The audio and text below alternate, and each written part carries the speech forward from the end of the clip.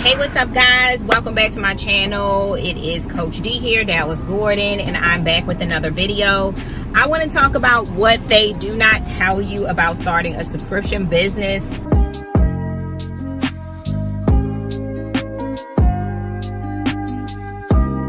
Again, coaching and sharing from the car. I'm on the run today. My husband is having a nationwide flag football tournament. So I'm doing some running to help him and the guys out this weekend for his tournament.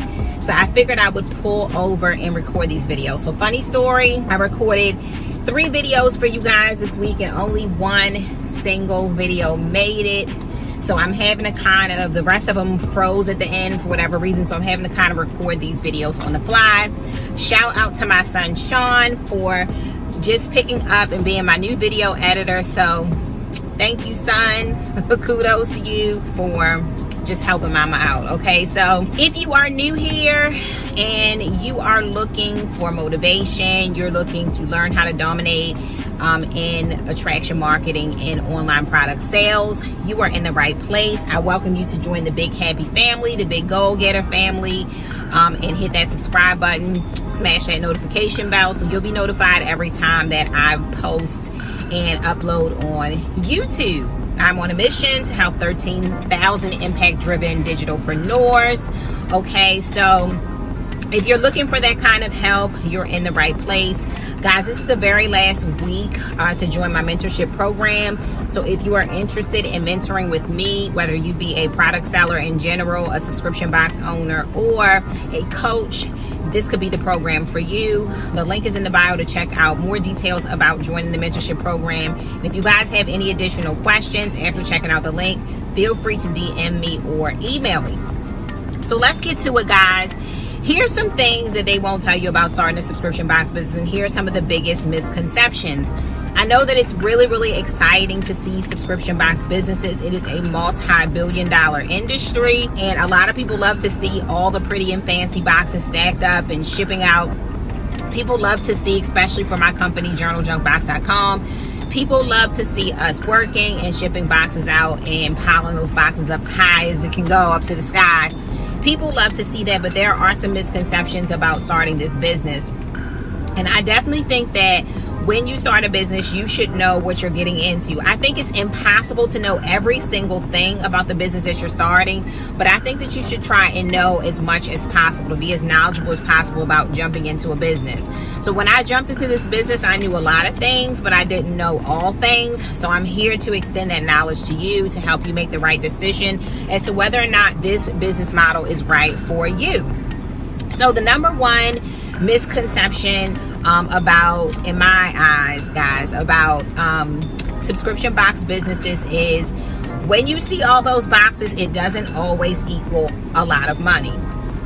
One of the biggest complaints that I see in a lot of subscription box groups and things like that, and with subscription box owners that I'm talking to and things like that, is the profit. A lot of subscription box owners do not get the profit that they want out of their subscription box businesses, and that's the scary part. So think about having to pack and ship hundreds upon hundreds of boxes and not being happy with your profit. So that's why you need to get yourself in a great mentorship program or a great class or something like that to learn what you're doing, to make sure that you have your budget together properly and all those numbers are worked out properly before you start this business.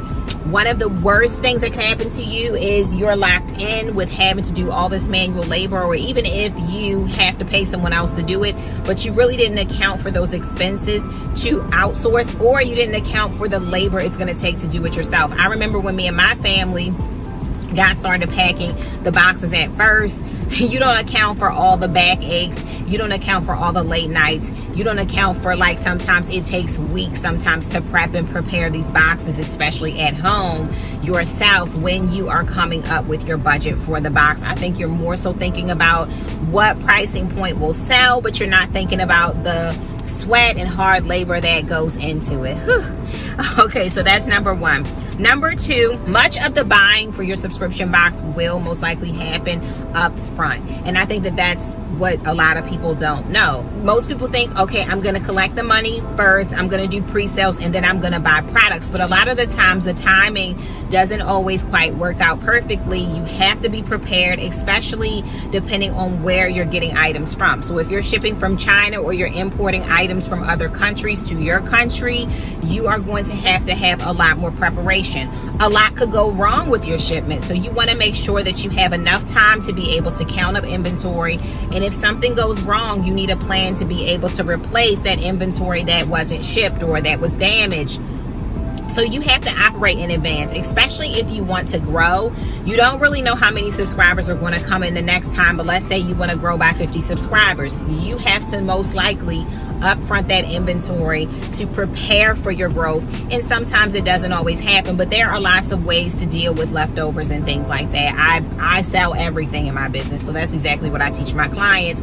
I teach them exactly how to sell the leftovers and still be profitable at the end of the day. So number 3 is you will need money to scale. So where you see a subscription box business that is rapidly growing, most likely they aren't rapidly growing their business for free. You will need some money to scale, whether you work with investors, whether you're working with your savings.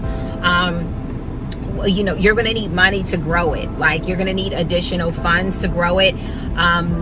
You just relying on your subscription box sales alone most likely will not be enough money to scale the way that you want to scale. So keep that in mind. Number 4 is paid advertising is key. If you ask me as a coach, I would say paid advertising is going to be one of the fastest ways that you can grow your subscription box business. That's how I grew so fast. Yes, I use collaborations and organic strategies, but me paying and knowing how to run ads and having the knowledge to run them properly definitely helped me to be able to scale my business super fast.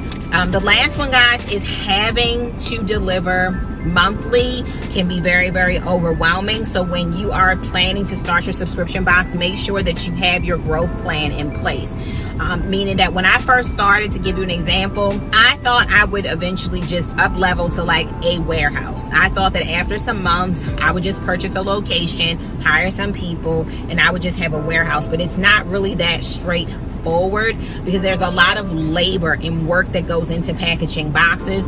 And then your subscription box business itself, the revenue may not be strong enough yet to be able to afford a lease, afford to keep the lights on, afford to hire people, feed them, make sure they're good at work, provide furniture, all the packaging supplies, all the stuff that you're going to need to pull that off is just a lot of money. So when I went in, I didn't really know that I would be outsourcing to a fulfillment warehouse, but I ended up doing that. These are things that you want to think about from the beginning. So I'm telling you from my own experience to think about your scale plan. Think about your growth plan before you start. So, okay, if you're going to start packaging boxes from home and your goal is to grow, right? Let's just say, I want to have a multi-million-dollar subscription business, or I want to grow, I want to see myself grow to 1,000 subscribers. Can you handle 1,000 subscribers from your apartment or from your townhouse or from your home? With the family members that you have or with the friends that you have, how long can you sustain that model? And make sure that you put money in your budget to be able to outsource those tasks. Or if you do want to have a plan to buy a warehouse, you're really going to have a lot of thoughts and planning going towards that from the beginning to think about what that looks like. So guys, these are my 5 biggest misconceptions that people have about subscription box businesses. And this is what a lot of people won't tell you about starting. A lot of coaches and a lot of people paint a beautiful picture, and it is a beautiful, amazing business. But these are just some things, guys, that I want you to consider before getting started with the business. If you have any other questions, please definitely drop them below. One day, hopefully, I'll do a Q&A. If you guys would like to do a Q&A about sub-box businesses, I would love to do that here on YouTube. So drop me some comments below. Let me know your thoughts on sub-box businesses. Are you in the process of starting one? Do you have one? What are some of the things that you thought were one way, but then once you started with the business, they're a whole another way? Let me know in the comments, guys. Be blessed. Don't forget, whatever you put your hands to shall prosper, guys. And I'll see you on the next video. Bye.